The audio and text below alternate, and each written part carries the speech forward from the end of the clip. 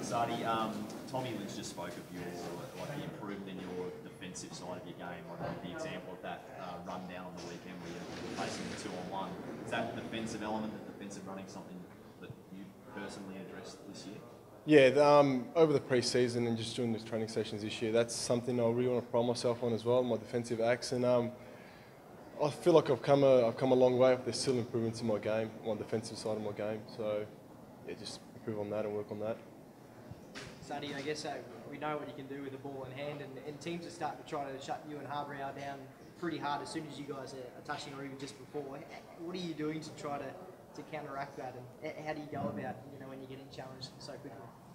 Yeah, that's a good question. It's just about sort of repeat efforts and just demanding the footy. But when we can get the ball, it's trying to hurt the opposition, take some space, and sort of get the meters going for our team. But yeah, it's a collective team.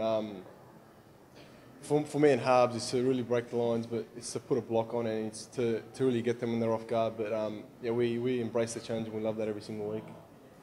When you look up and you see someone in front of you, is your first instinct, oh yeah, I can beat this guy, I can just run around? Is that the first thing that goes through your head every time?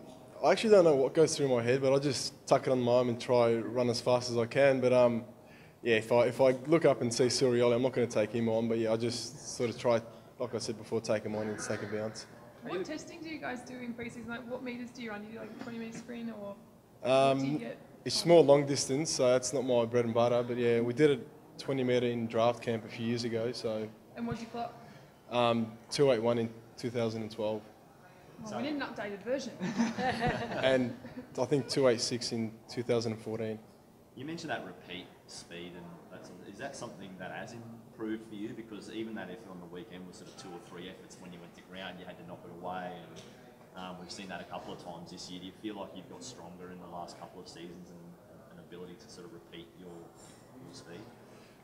It comes down to pre-season. I had an interrupted year last year, and in my first year I had an interrupted pre-season, so just stringing a full pre-season together, and I had a big off-season as well and trained with Craig Mottram, and for me it was just to continually be on the track and get as fit as I can, and like you said, for the repeat efforts, I'm more of a speed rather than endurance athlete, but I'm trying to balance that out, and it comes back to having a big pre-season and just continually being on the track.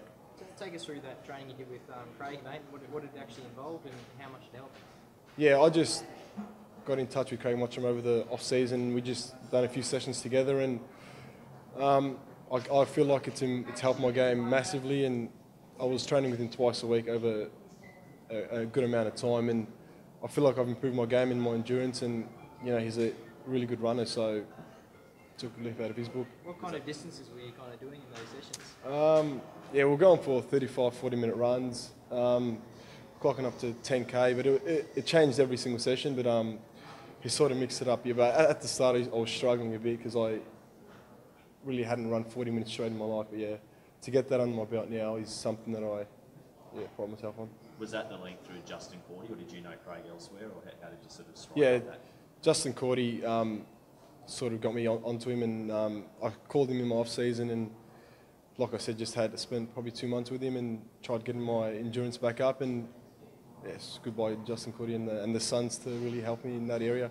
Just on a different topic, you're going through your month of fasting. How is that affecting you? It seems to not be affecting you at all. I've been through it for 5-6 years, back in my VFL days as well, and I guess for me, Ramadan's it's a month for all Muslims that we really look forward to, and the club's put in a program where I don't get too fatigued and I get everything done and then go home and rest up and refuel and come back and do weights. But it's just making sure when I do break fast, I get the right food and the right drink and the right nutrients in to get me through the day and to get me through game day. Can you talk us through like a regular day? Like, would you get up and have something to eat in the morning and then come to training? What's the go? I'll just say on a main training day, I'll get up at 4:30. I'll eat some toast, some cereal, smoothie, fruit.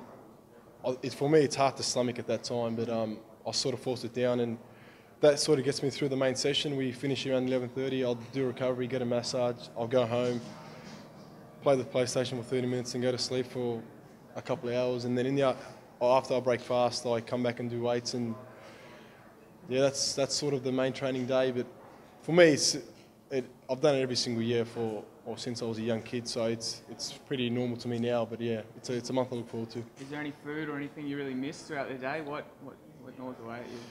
It's not really the food; it's more the drink, the water, and I find that I wouldn't mind just a glass. Even now, I wouldn't mind the glass of water, but not so much the food. But when I can eat, there's days where I usually go all out and eat as much as I can. But then there's days I don't feel like I'm really hungry. But the water is probably the tough part. What's your favourite meal to come home to at night? Favourite meal? If it was up to me, I'll just eat sweets. But I like schnitzel, and there's some Lebanese dishes in there that my mum cooks up. So Obviously you've done it since you were a kid, but you've only been in a professional environment for 3 or 4 years. Like, what have you learned or changed much in that 3 or 4 years to cope with the obviously elevated levels of training that you need to? It just comes back to the way we plan the program. Each year we learn new things, and the nutrition, John at the club and JC, Justin Cordy, we've all put in a program to really get me through the month. And for me, it's just learning more about myself and more about my body, and making sure I play every single game. And I guess I'm resting more, and I'm getting a bit more rest and more sleep when I can. But yeah, it may sound challenging, not being able to eat and not being able to drink. It's more of a mental game, but sort of when you overcome that first week, it sort of becomes easy. And you've even got a couple of coaches on board, don't you, this year? Can you tell me a bit about that? Yeah, there's been Dean Solomon and I think Matthew Primus, and there's been some staff as well and some players that have tried a day or two, and it's good for the club to support me and to see what it's like to fast a day. And another reason we fast as Muslims is to see what the less fortunate are going through, and I guess for them to experience it for a day or two, really you sort of appreciate what we got and how easy we can get it. Yeah. Just one more, just on game day, does that throw up a different challenge altogether? Like, you'll play at sort of 7 o'clock this Saturday night. Is that a different challenge to training altogether? Every game though, I go in with the intention to fast, but we play 7:25 this week, and sort of when you break fast, you make sure you get the right food in and the right drinks in to make sure I can perform on game day. But like I said, I've put a plan in place, and it's working so far, so I'm not going to change anything. Saad, you spoke about the good pre-season you had and your health and your fitness and that kind of stuff.